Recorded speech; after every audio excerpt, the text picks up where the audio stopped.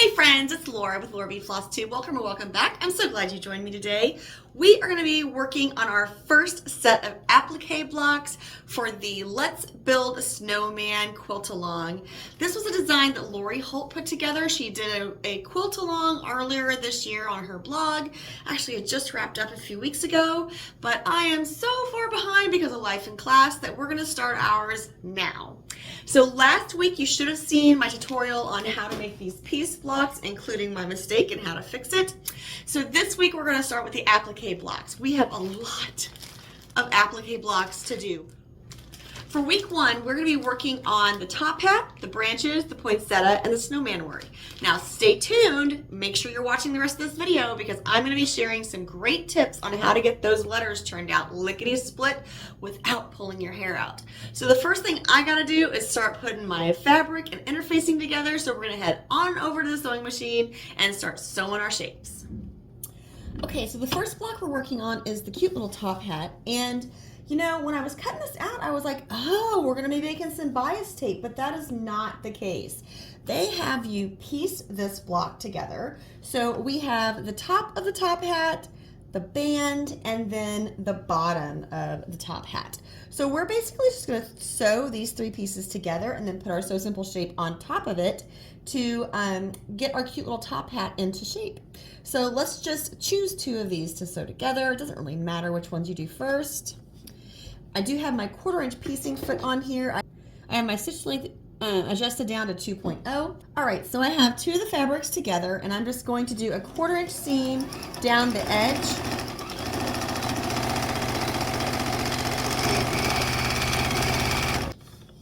I'm just gonna kind of finger press that open a little bit.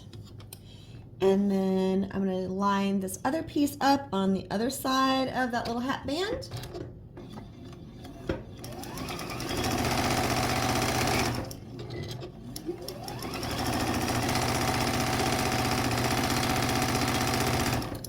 Okay, so I'm going to press these and then we're going to line it up with our Sew Simple shape.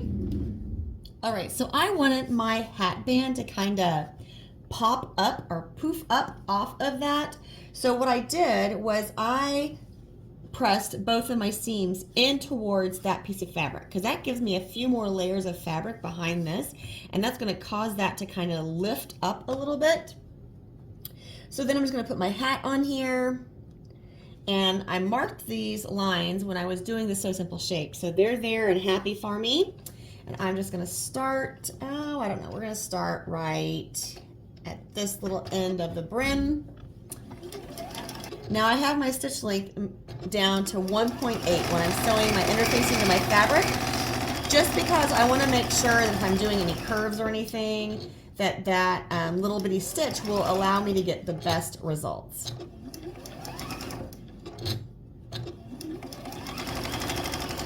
And we do have a curve on this hat.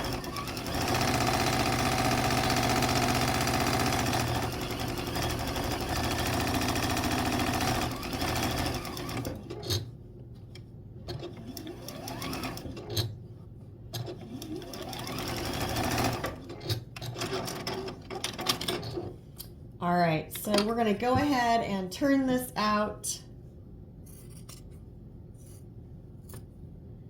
So I'm just going to clip around here. Now you want to clip about 1/4 inch from your seam.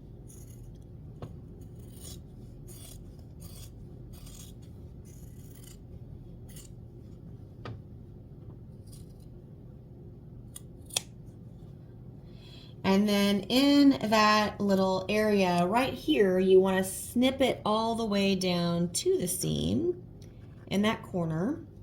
And then trim off your corners diagonally.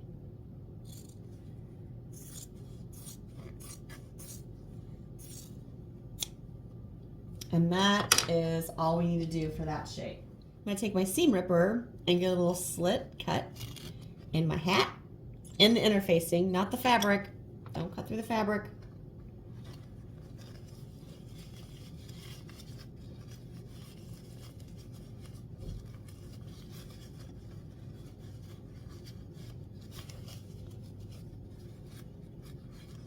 And I am just kind of using my fingers right now to trim that out. I'm using my 2-point turner to run right along that seam all the way around the hat.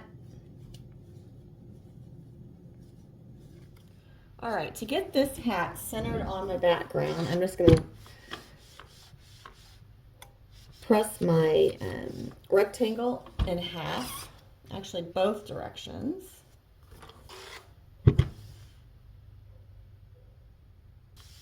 That kind of gives me lines to line up with. And then I'm also going to do the same thing with my hat, but not as drastically.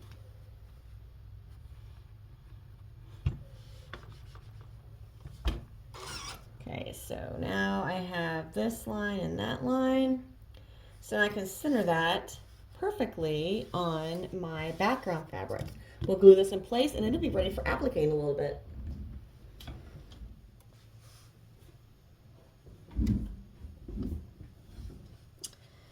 Now the branches,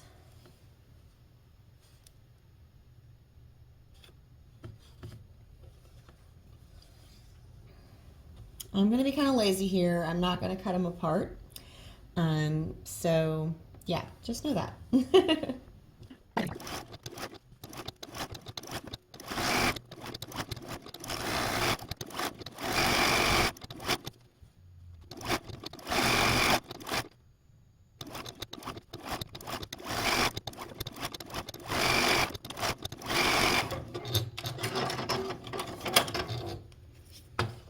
I'm going to cut these out and then I'll show you a quick trick on how to get these turned out easily.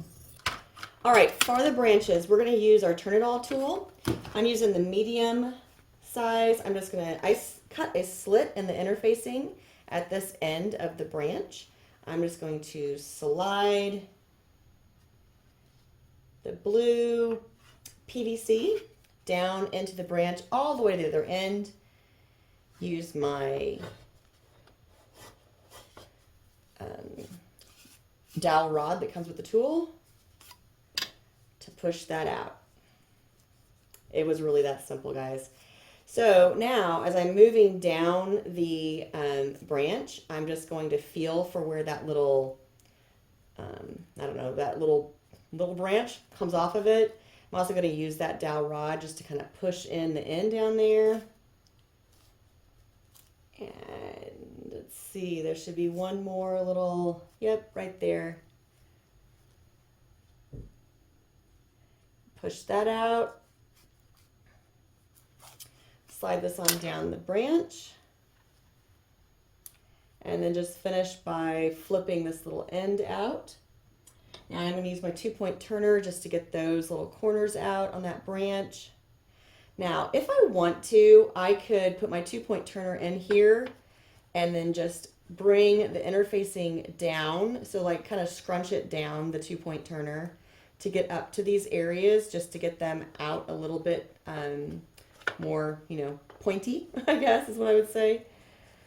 Continue just working it down. Now see, this is not sliding all the way down because the branch isn't wide enough for that. Oops, sorry.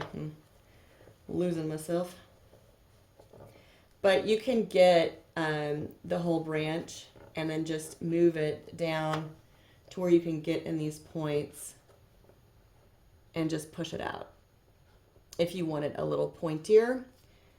But you know, if the dowel rod got it pretty well, and you could also take like a straight pen and pull out those points if they're going to bother you, if they're a little rounded.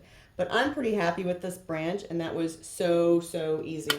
So let me show you from start to finish one more time. Here's my branch and my interfacing. I'm just going to take my scissors about, I don't know, 1/4 to 1/2 inch from the end and just cut a slit across there. See the slit? I'm going to take the blue PVC from the Turn It All tool, take it all the way down to the other end so it is inside between the interfacing and the fabric. Take the dowel rod that comes with that size of Turn It All tool and then just move it up the rod. And now my branch is all turned out that quickly. So yeah, this is such a time saver, you guys. So, and again, you know, I get to this little section, I just push it out, bring my dowel rod down. I know there's another one right here. Just push it out. And then move it on down the branch. And then again, when I get to the other end, just take my thumb, stick in there and flip, use my 2-point turner, and get those little bottom corners out. Now when I take this over to the ironing board, I'll be able to press this out and they will be perfect. And I don't have to worry about all that interfacing, like trying to work itself around to the front. This is just, you know, done. So let's go put this on the background.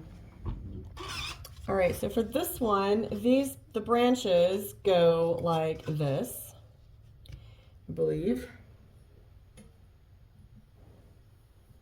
Nope, I was wrong. They go like this. Either way, I think would be fine. So for this background, I'm just going to press this in half lengthwise.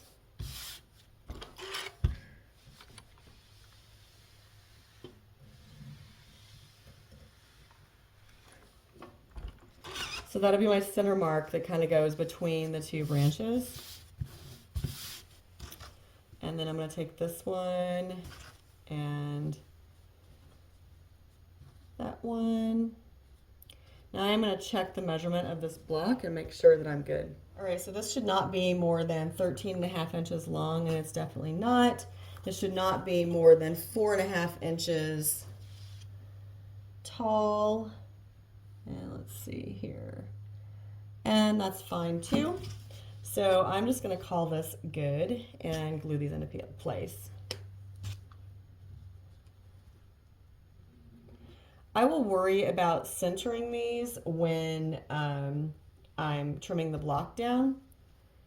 As long as they're within the measurements right now, that's all I care about.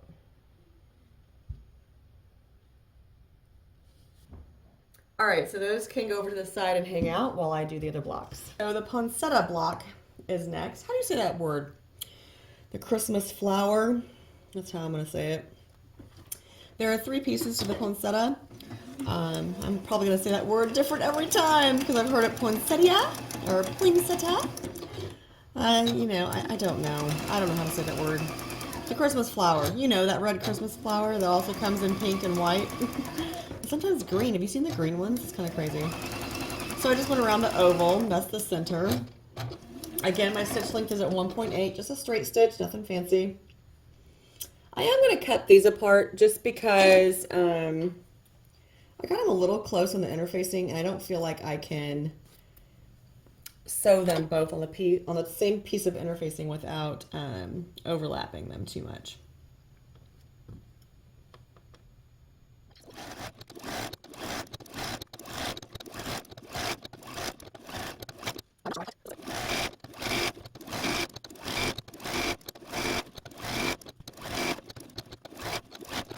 All right, I'm going to cut these shapes out and we'll show how to get them onto the block.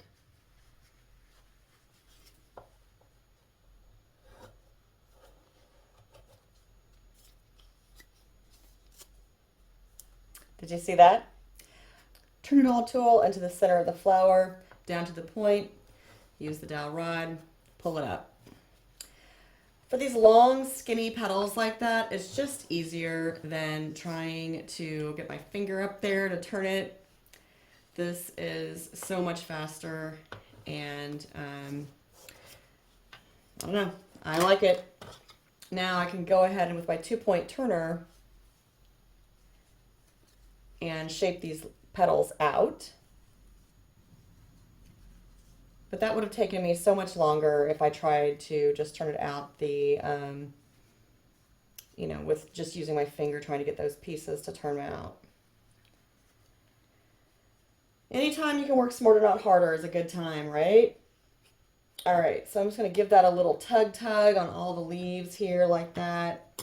Looks like I have one little stitch I need to cut in here that's kind of pulling that leaf or pulling the petal. Don't be afraid to clip a stitch if you need to. to give a little flexibility, because sometimes, you know, it just happens and one little stitch is not going to devastate your work, because you have lots of others to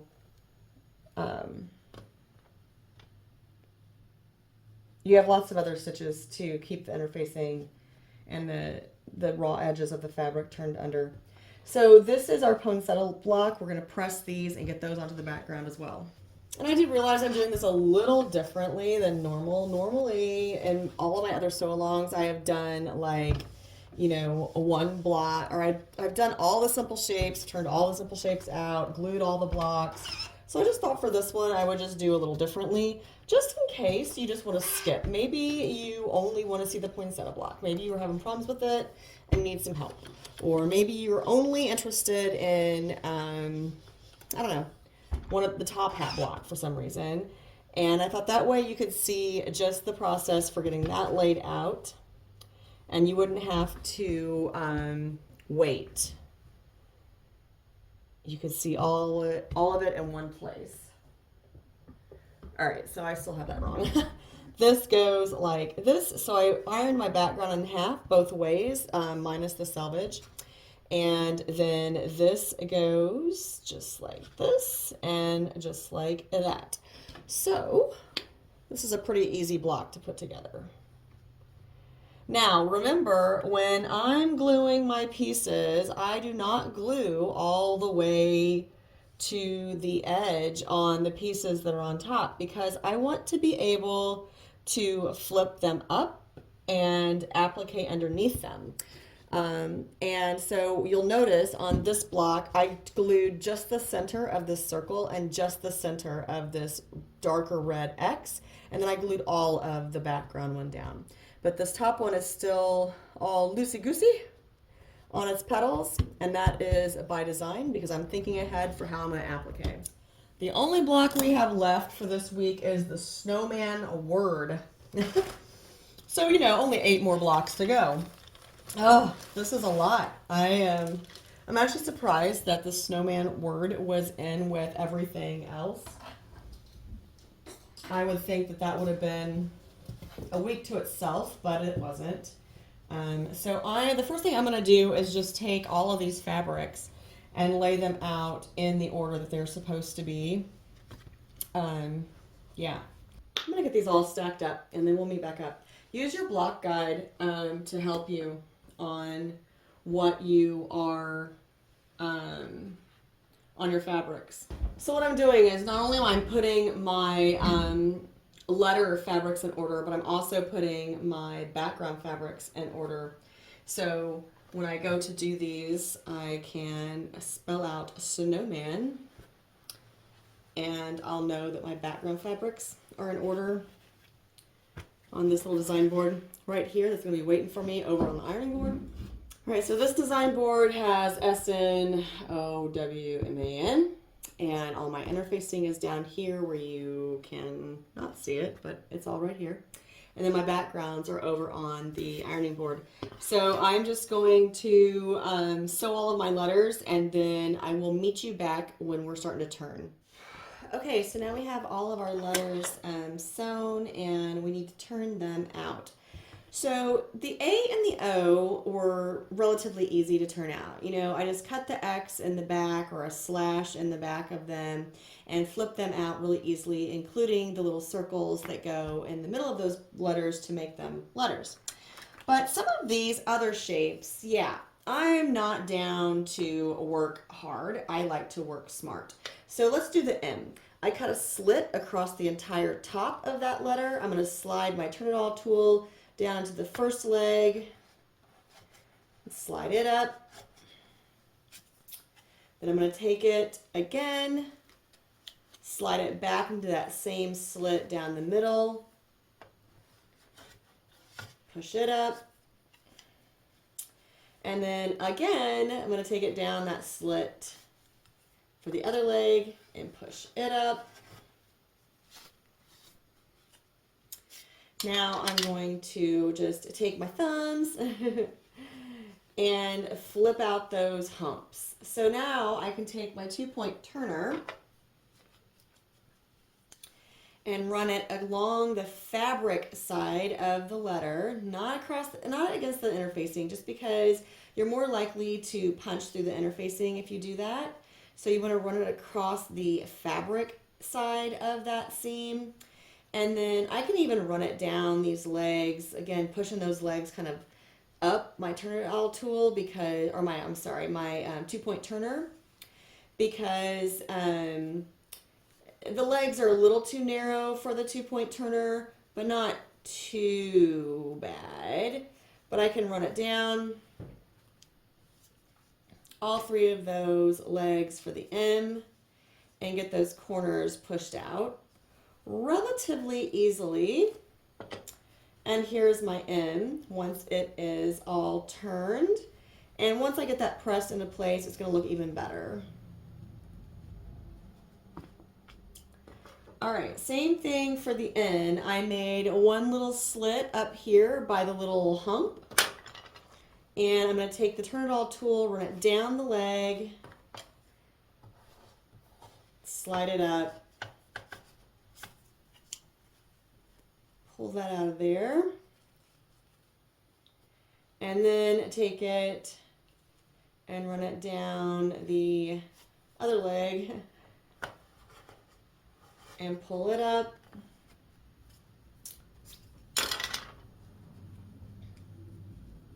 And just so you know, I have not practiced this one.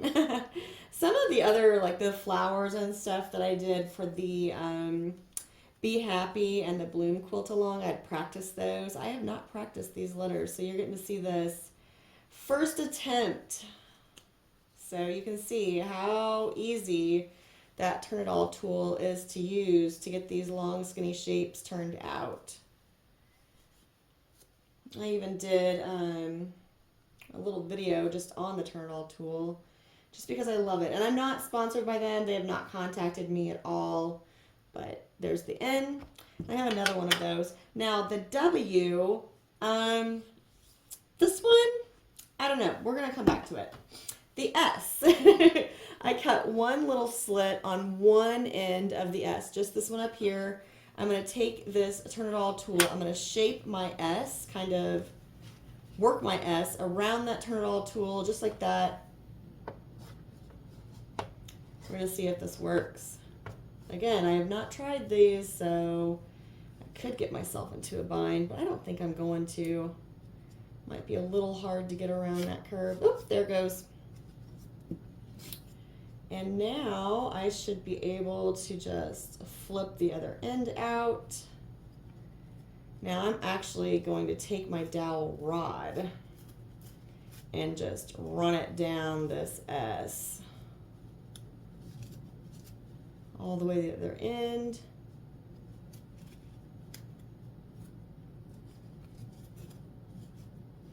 Running against that seam.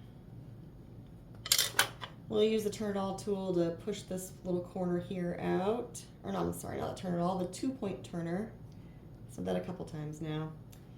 And let's see. I think I can work that S, yep, all of that onto my 2-point turner and just kind of work that corner down there.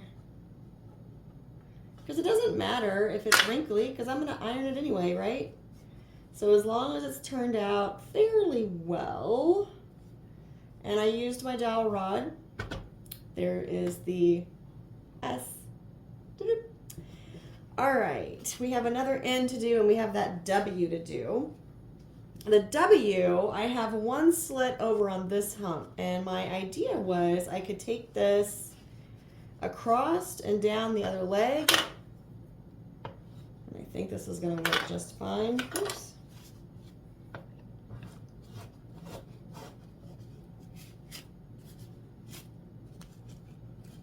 Yep. So there's the far leg. And now I'm going to find that slit back and run it down into the other leg. I might have to move that. Yeah, we go. There we go. Move that.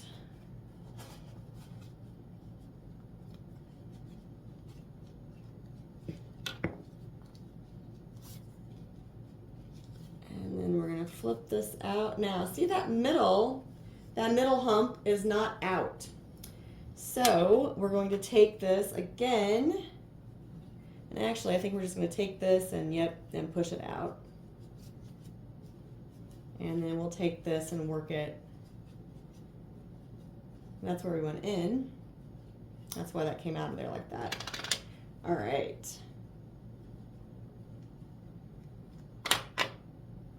I forgot I did cut another slit down here, but I didn't even use it.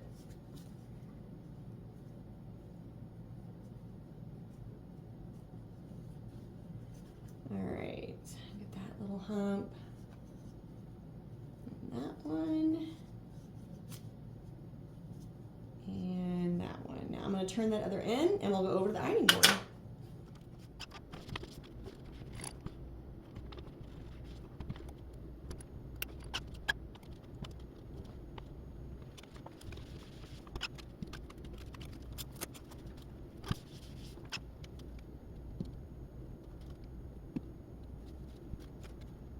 The last applique quilt that I did a sew along, I did the Be Happy quilt. And I did matching threads on all of my applique, and I love that look.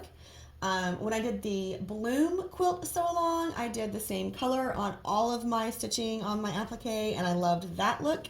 So I've just decided that for Let's Build a Snowman, I'm doing the same color on all of it. So I'm using a dark brown thread. I'm actually using a dual duty.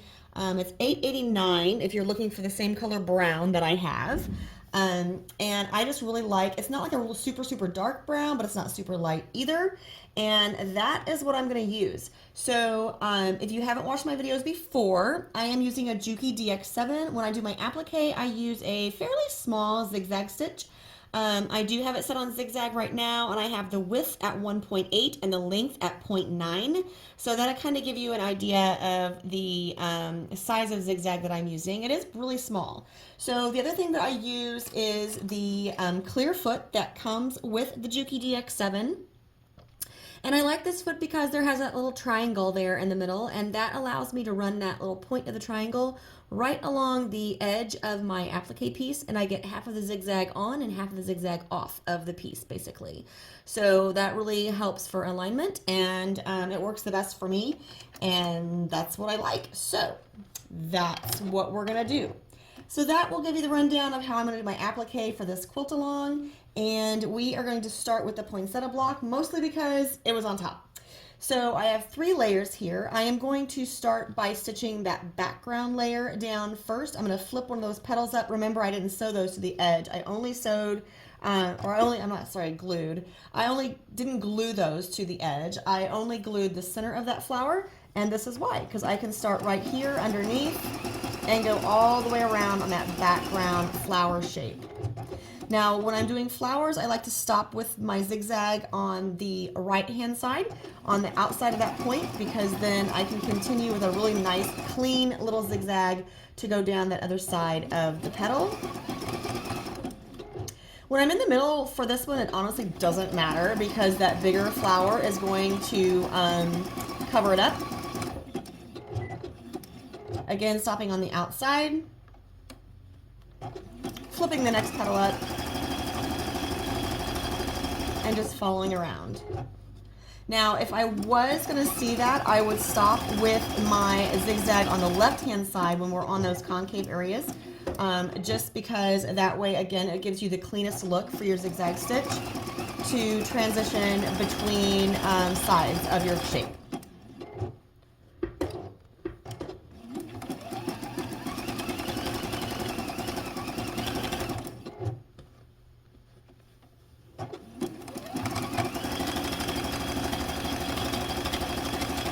Now, since this is completely underneath that other shape, I do not need to worry about doing a stop stitch or a stay stitch or anything at the end of those, at the beginning or end of that zigzag stitch. So this is what we have so far.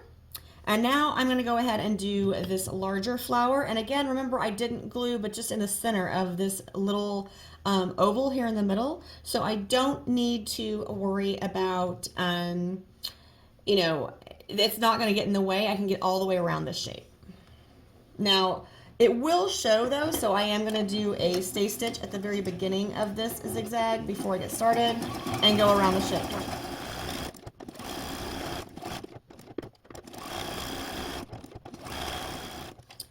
All right, so all that I have left to do is that little oval in the middle. Now I know that you guys, okay, so this is like the #1 question I get. How do you do circles? Well, ovals are kind of circles too. Just go slow. Just go slow and practice. That's what I'm gonna say. Now you'll notice how I keep my fingers pretty close to the presser foot. I have a lot of pressure against that fabric piece because I'm kind of dragging it around with my fingers. This, honestly, it just takes practice. Something else that people comment on is just, how do you applique with one hand? And again, I'm just gonna say it takes practice.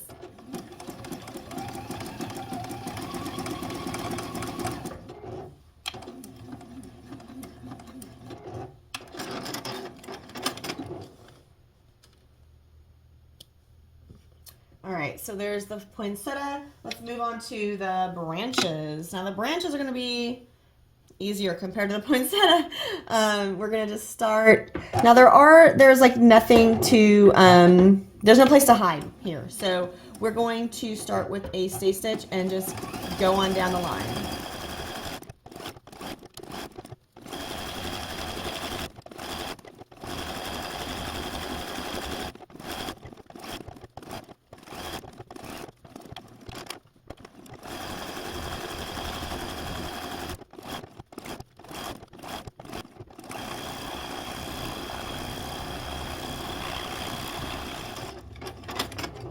All right, so I have all the snowman letters to do, and then we will talk about trimming up and assembly.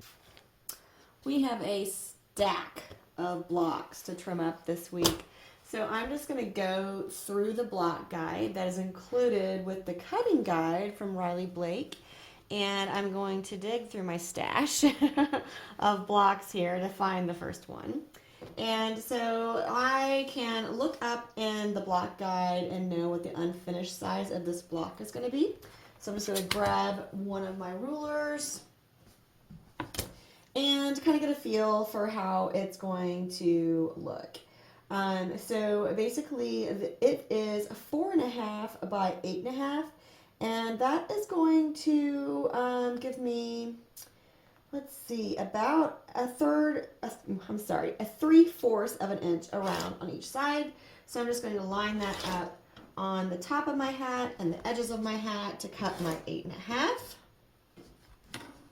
Now I'm going to move this up to the 4.5 inch line. I want 1/2 inch underneath that hat. Actually, I didn't do my math right there. Thank goodness I had enough. All right, so here is my first block. Now I need to get the next one. The branches are 4.5 by 13.5. So I don't have a 13.5 inch ruler. The biggest I have is 12.5. So I am going to have to use my ruler and figure it out. So if I do this and this, right there. All right, I'm going to continue getting the rest of these blocks cut up, and then I will show you some assembly that we can do this week. So consulting the quilt pattern picture, I can see that I can sew the snowman word together. I can sew the branches and the poinsettia together. I can't do anything with this hat yet because of the little buttons, and the buttons aren't until week 3. So the hat's going to have to hang out for a little bit still, because we are going to go ahead and follow that schedule, because that's how I have my bags and everything labeled. So I'm going to take some of these pieces back over the sewing machine and sew them together, press them, and then we'll have a reveal on the design board. But let me, come with me to the sewing machine. Okay, so the first thing I want to sew together are the branches and the poinsettia. So we'll just put those right on top of one another.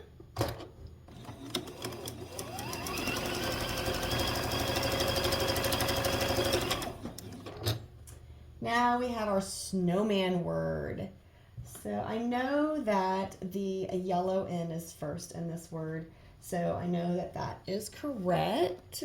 There's the A and the N and the W. I'm just going to kind of stack these in groups of 2. M-A-N-N. Yes. Snowman. All right.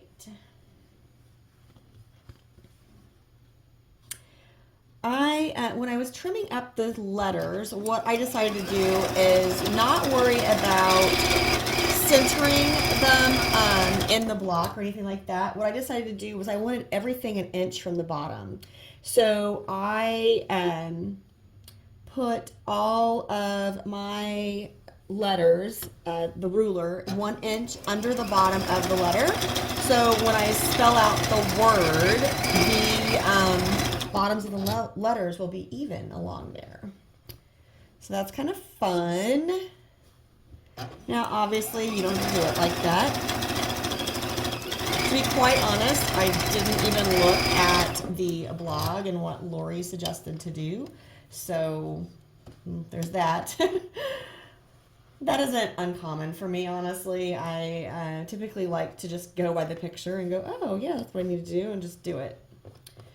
I kind of adjust the orientation and the layout of the blocks and all that kind of, not the layout, but the positioning of the pieces on the blocks and things like that. Just kind of visual person, I guess. Oh, this letter, the word is coming together quite quickly, actually. This just makes me feel so accomplished when I'm able to put a few blocks together. And then later in the sew-along, when we start assembling things, a lot of our quilt top is already, assembled because we sew as we go. We assemble our blocks as we go.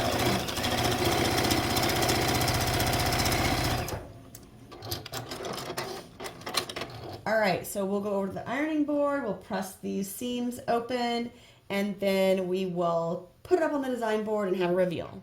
Okay, so there we have it. We are done with week 1 of the applique, week 2 of our sew-along. We are starting to build our snowman. So a few tips that I just wanted to remind you of before we wrap up today. Don't forget to get that Turn It All tool out. If you don't have one, there's a link in the description box below. They come in so super handy when you have long skinny shapes. We use those for the branches and several of the letters. Now, it's up to you what you want to do, but for me, this sew-along, I'm sewing all the same color for all of my applique. I'm using that dark brown, and that's a dual duty 889. I'll put a link in the description box below for that as well. I am using Pellon 30 for my interfacing, which you should be able to find the link in the prep video, but I'll put that again in the description box below. Next week, we're going to do some more applique blocks. We're doing the bucket, the heart, and the mugs. So that'll be super fun to do. I believe there's some bias tape in there too, so that'll be something new. If you haven't done a Lori Holt applique quilt before, that'll be a new experience for you. If you have, no worries, it's an old hat. So again, thank you so much for joining me. I hope you did pick up some tips and tricks along the way. I hope you find joy in all you do. Carve out some time for crafting and creating, and make sure it's always happy stitching.